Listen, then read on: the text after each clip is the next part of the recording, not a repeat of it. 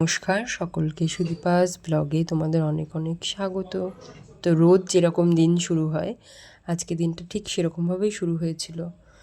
তো দিনের শেষটা এমন ভয়ানক খারাপ হবে আমি কখনো স্বপ্নেও কল্পনা করতে পারিনি। ভগবান কেন আমার সঙ্গে এরকম হয় আমি জানি না। সবসময় সৃজনকে দেখে শুনেই রাখি, তবুও এত বড় দুর্ঘটনা কী করে ঘটে গেল। আমি সকালবেলায় পুজো টুজো দিয়ে সবাই খাওয়া দাওয়া করে বেরিয়েছিলাম একটা দরকারে, সেখানেও না গেলে নয়, সেখানে গিয়েই দুর্ঘটনাটি ঘটে যায়। তো সৃজন বসেই ছিল, এমনভাবে পড়ে যায়, পড়ে গিয়ে সৃজনের অনেকটা ব্লাড লস হয়েছে, অনেকটা স্টিচ পড়েছে।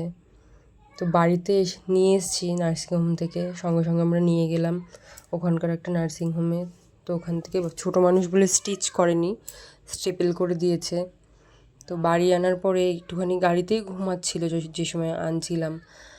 আসার পরেও সুস্থ নেই, ছাদে যাব, সেই ছাদে গিয়ে জল টল গাছে দিয়ে এসছে। এসে এখন বলছে মা মোমো খাবো। তো বাড়িতেই অল্প একটু বানিয়ে দিয়েছিলাম স্যুপ, খাওয়া দাওয়া করলো। করার পরে ব্যথা ব্যথা বলছে, তবুও মেডিসিন চলছে, ইঞ্জেকশান দেওয়া। অনেকটা ব্লাড লস হয়ে গেছে। এমন ঘটনা আমার জীবনে আগেও একবার ঘটেছে, এখন আবার ঘটলো। সবসময় ভগবানকে ডাকি, ঈশ্বরকে স্মরণ করি, তাও আমার ছেলের সঙ্গে এরকম কী করে ঘটে গেল আমি জানি না। তো চেষ্টা করব সৃজনকে ভালোভাবে সুস্থ করার।